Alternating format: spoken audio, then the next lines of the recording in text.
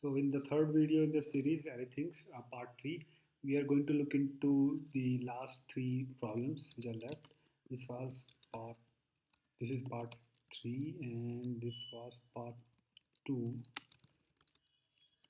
Part 2, okay.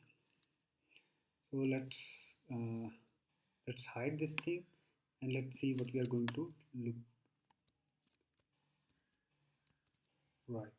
So we're going to look into the problem where we have to figure out whether every element belongs to a category X in an array. So basically category would be if every element, so you can say basically what we are asking here is if every element is even or if every element is odd. So that's a category, odd, even or square, right? So it's not filtering. Filtering is what you basically you return an array by removing the items that are given to that category or that condition.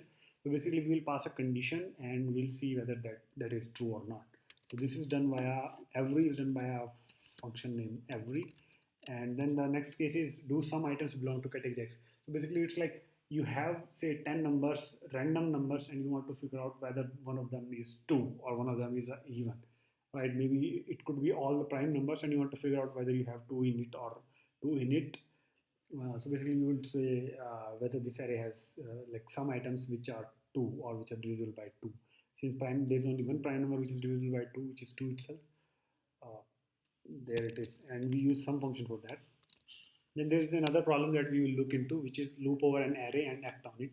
So this is basically so the looping thing, if you have noticed in the past two videos, we have not gone through the loop, but we have still been able to process every item, which is via map, filter, or other functions. So the thing is, same thing when I say loop over, it's basically you are iterating over an array, but you are not writing a real for loop or while loop or do while loop.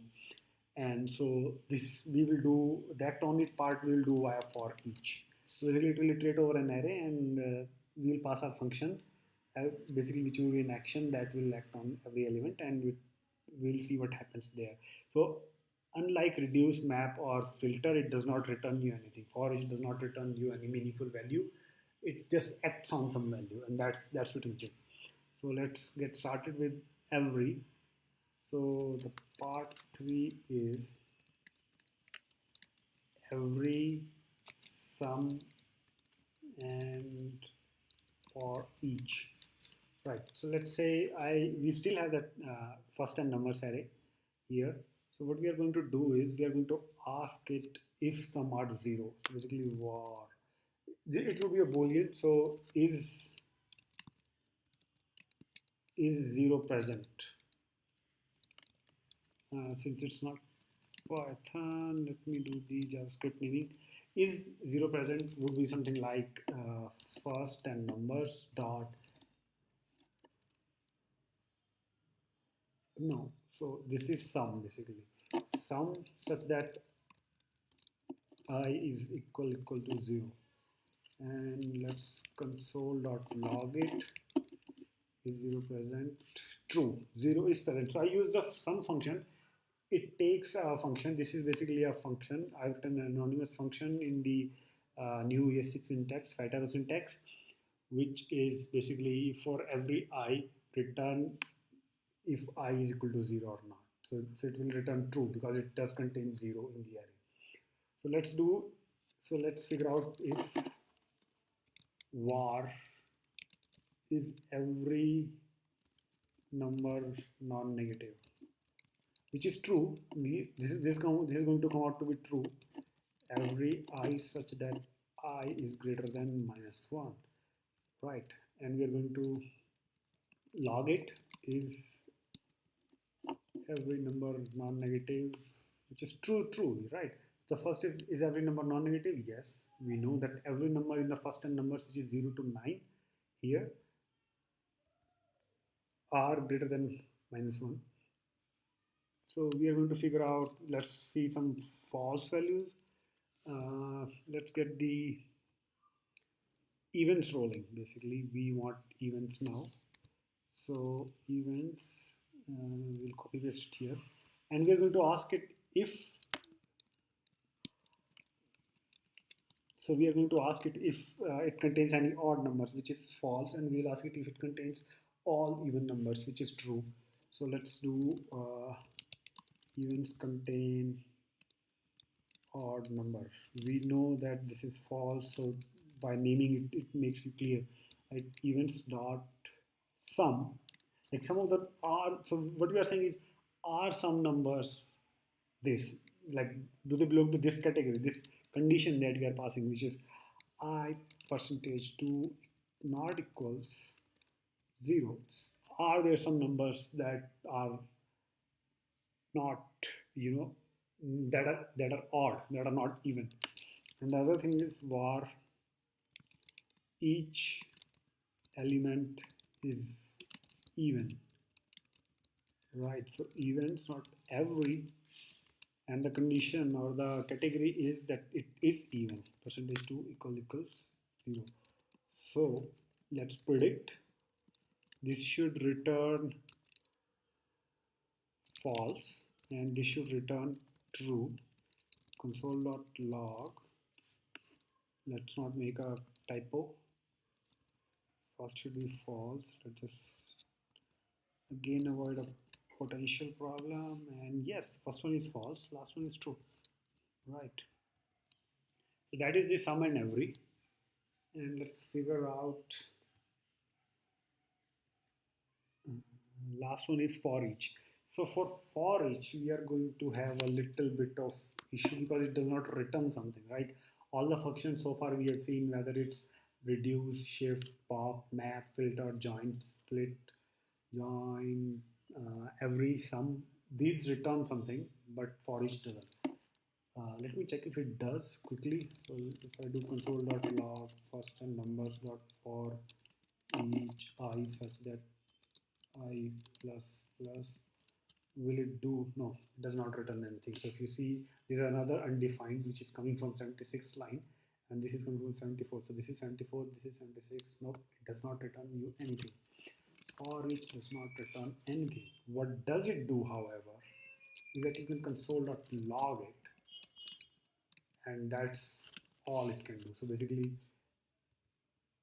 you can pass a function which will work on every item of the array, but it will not return you anything.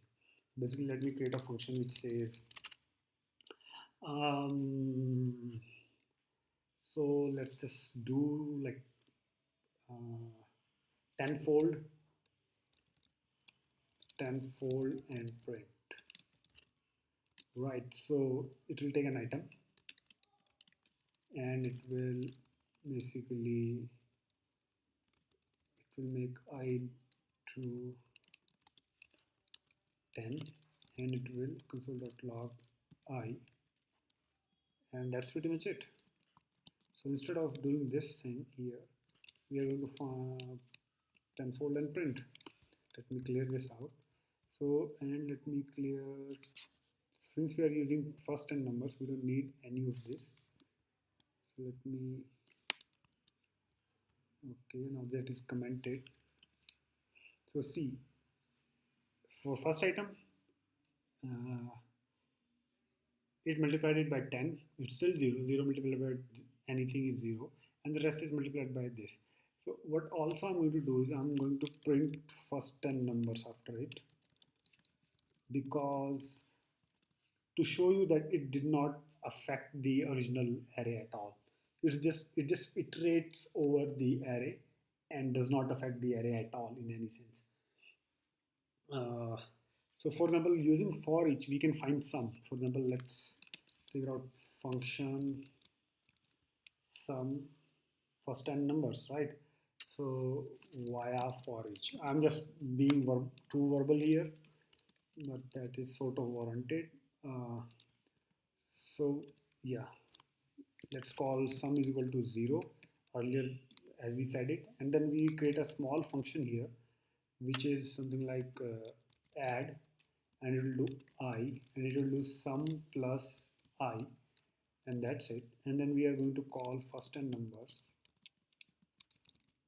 and in this we are going to say, you know what, add, and we are going to call this function some first n numbers via for each to move it to the end. We have already seen these functions. We need them. So what do you think this is going to return? It is, so what it's going to do is this thing is going to invoke this function, some first n numbers for each. We have defined a number sum which is equal to 0 and a function add inside our function, earlier function. Like this is an internal function, sort of closure, but not here. Uh, and it will update I, and like it will update the sum, and then it won't do anything because we have not logged anything. There is a side effect missing, which is this. Let's run it. It says 45, which is true. So let's do another thing here. Let's function, let's add squares, right? So sum,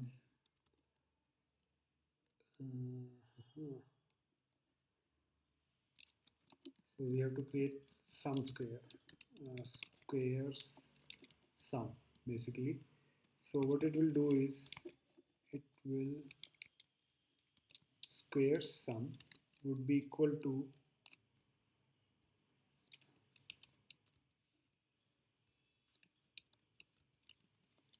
I into I, and we are going to do this thing for each for add squares also, right? And then we are going to log squares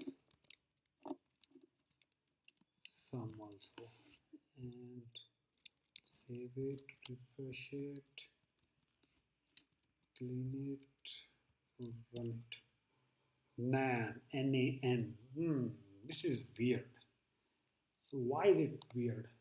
Because we did not define what square sum initial value is, which is 0. Again, refresh, clean out, and run it. So if you add first 10 numbers, or from 1 to 9, if you take their square and you add them to a number, the result is 285, which pretty much which is pretty much true, and like this sums up our this video. We have seen every sum and for each in this video. If you want to look into the other functions, please go through the other videos that have come before this, part 2 and part 1. And that's pretty much concludes. These are the basic functions that you require for working with arrays, right? So now you know how to pass your own function to an array. While iterating, it will execute that function via for each. You know how to get some boolean values if you want to figure out that every element belongs to a category or succeeds a condition, or if some items in that array are uh, of a special type of or follow some conditions. You can use that like every and some for that.